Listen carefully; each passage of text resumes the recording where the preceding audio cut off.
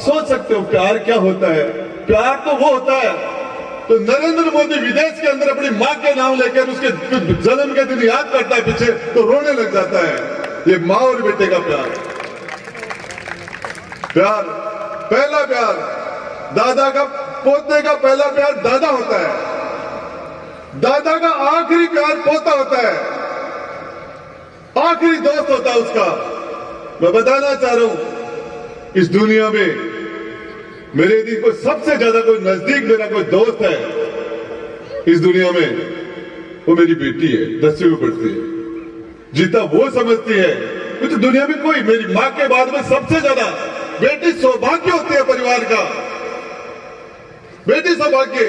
तो हमने, आप सोच सकते हो एक आदमी, ऐसे ऐसे लोग जिनके घरों में कुछ नहीं होता, गरीब परिवार के लोग हैं कि सोचते हैं कि मेरा कुछ भी हो जाओ, पूरी जान लगाते हैं कि मैं मेरी बहन की अच्छे परिवार में शादी कैसे करूं, मेरी बहन जिंदगी में सुखी कैसे रहे, इसका परिवार खुशहाल कैसे हो, इसके लिए भाई अपना जीवन दे देते हैं, माता पिता अपना पूरा जीवन दे देते हैं। वो प्यार है, एक बहन और भाई का प्यार। कोई सोच सकता है वो रक्षाबंधन में जिस बहन के भाई नहीं हो उसको पता होता भाई क्या है, और जिस भाई के बहन नहीं हो तो उसको रक्षाबंधन के दिन पता होता कि बहन क्या है। हमने इन चीजों को फिल्मों से, मोबाइल से इतना छोटा कर दिया, इतना सीमित कर दिया। प्यार तो मीरा ने भगवान कृष्ण से किया था, राधा ने कृष्ण से किया था।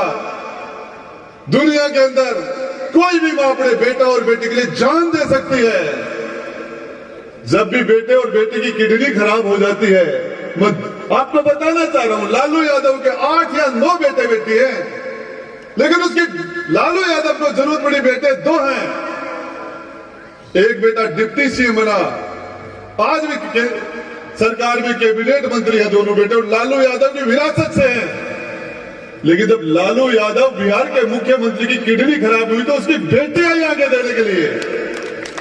ये क्या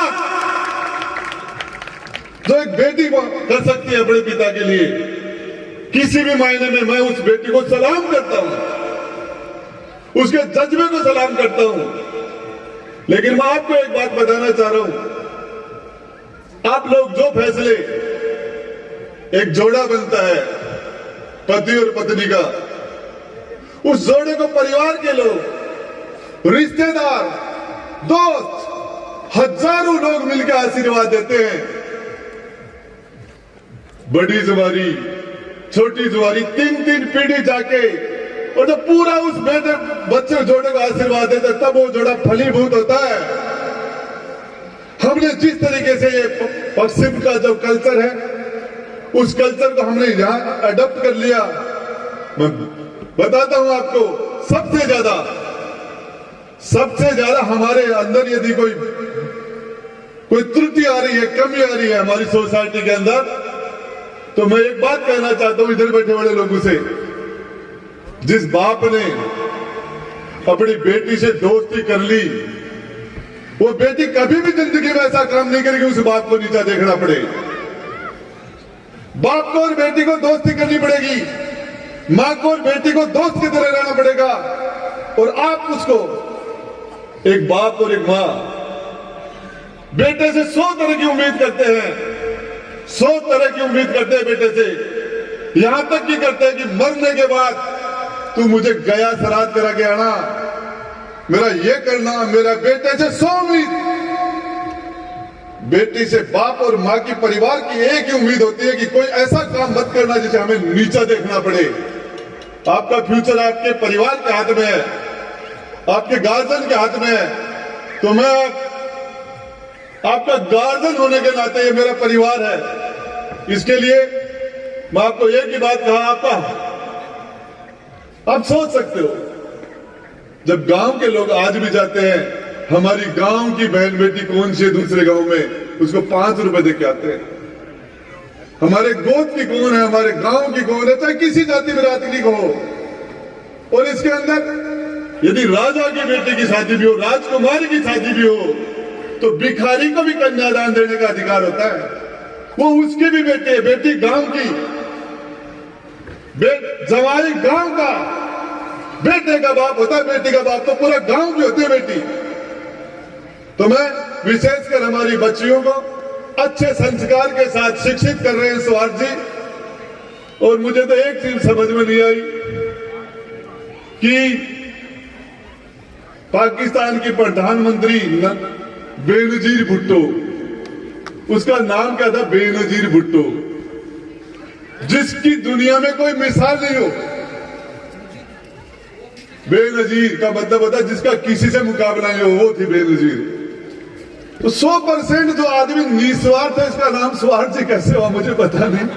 जिस आदमी लोगों को दूध पिला रहा है, हमारे इंतजार कर रहे हैं दिल से, ऐसा सैक्रिफाइस करने वाला।